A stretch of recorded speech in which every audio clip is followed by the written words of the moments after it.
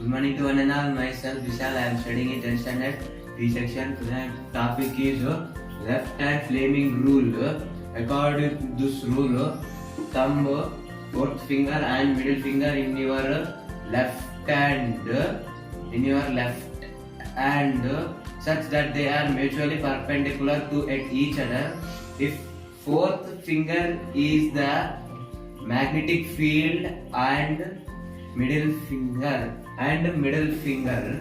in the current, if the point with the motion or force acting on the conductor. Thank you.